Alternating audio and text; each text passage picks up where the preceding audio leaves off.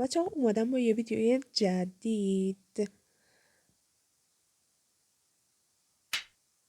خب ویدیوی این هفته همونجور که از اسم و تایتل ایناش معلومه در مورد تمرین لغات 504. حالا اصولا کسایی که با ما همراه بودن میدونن این در مورد چیه. ما یه سری جای خالی داریم، این جاهای خالی رو میایم تکمیلشون میکنیم. اما قبل از اینکه شروع کنیم ازتون میخوام که اگه تا حالا کانال رو سابسکرایب نکردید لطفا سابسکرایب کنید و دکمه زنگوله رو هم فشار بدید تا از جدیدترین ویدیوهای ما جا نمونید. خب بچه ها ببینید، همونطور که گفتم ما یه سری جای خالی داریم که این جاهای خالی رو باید تکمیل کنیم. دیگه بریم شروع کنیم. 1. Ernesto would constantly blank his father's questions. حالا شما باید بگین کلمه مناسب برای این جای خالی چیه؟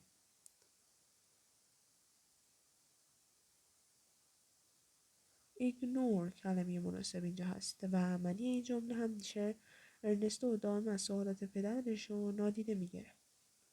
Number 2. Historical blank are kept in a special section of the library. به نظرتون چه چیزی بوده این؟ کلمه مناسب اینجا documents هست و یعنی اسناد یا مدارک. اسناد تاریخی توی قسمت ویژه‌ای از کتابخونه نگهداری میشه. 3. Great scientific progress has been made in this blank. و حالا شما بگید کلمه مناسب برای این جای خالی چیه؟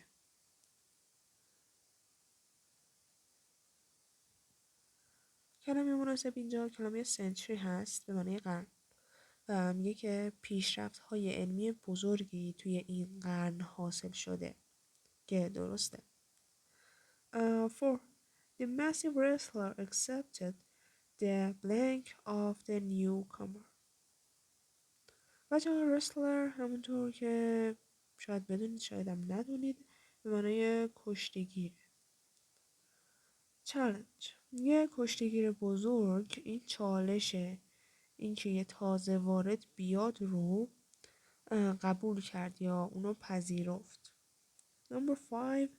Not wearing warm clothing was the blank of his illness. بچه warm clothes یعنی لباس گرم. حالا این میگه اینجا کلمه مناسب سورس هست و میگه که نپوشیدن لباس گرم منشأ بیماری اون بود. Number 6.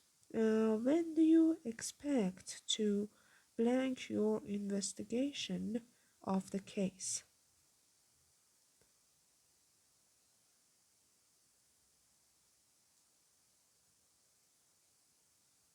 کلمه مناسب اینجا conclude هست و میگه انتظار دارید تحقیقات خودتون رو در مورد پرونده چه زمانی به پایان برسونید. 7. It is blank that this restaurant's food is delicious. خب کلمه مناسب اینجا این گفتین چی میشه؟ کلمه undeniable هست و میگه لذیذ بودن غذاهای این رستوران غیر قابل انکاره. پس چی شد؟ undeniable. Number 8. Lena showed a blank of good judgment.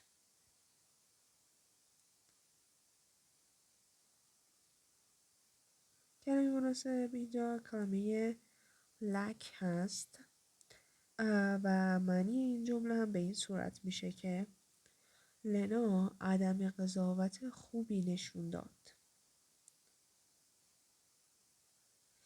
9. Everyone who lived in the blank of the bomb test was in peril. بچه peril یعنی در خطر بودن. اینو قبلا داشتیم کلمشو. کلمه مناسب اینجا vicinity هست و میگه همه کسایی که توی معرض آزمایش زندگی میکردن، آزمایش بمب زندگی میکردن در خطر بودن. خب این که معلوم بود دیگه. و اما جمله بعدی 10. Anita's habit of interrupting him sent her husband into a blank. حالا شما بگین این جای خالی با چه کلمه‌ای پر میشه، تکمیل میشه این جمله؟ ریج. کلمه مثل ریج هست و میگه عادت آنیتا به قطع حرف شوهرش اونو عصبانی کرد. خب حق داشته. 11. My nephew was given a set of blank soldiers for Christmas. ببینید این یه هدیه کریسمس بوده. حالا خودتون حدس بزنید جای خالی اینجا چیه؟ با چه کلمه تکمیل میشه؟ با کلمه بگید miniature.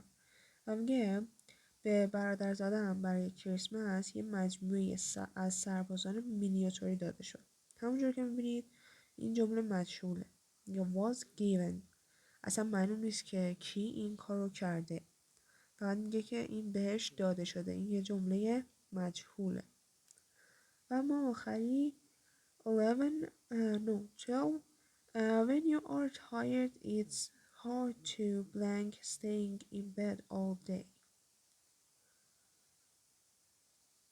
اینو هممون یه بار حداقل تجربهش کردیم. هممون.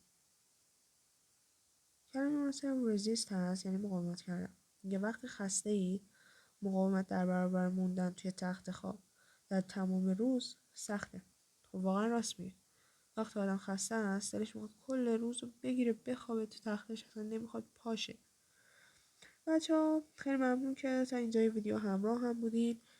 امیدوارم که این آموزش به درتون بخوره، ازش لذت برده باشید. یادتون نره که ویدیو رو لایک کنید، اگه کانال ما رو سابسکرایب نکردید لطفا سابسکرایب کنید و دکمه زنگوله هم فشار بدید. تا ویدیوی بعدی، خداحافظ.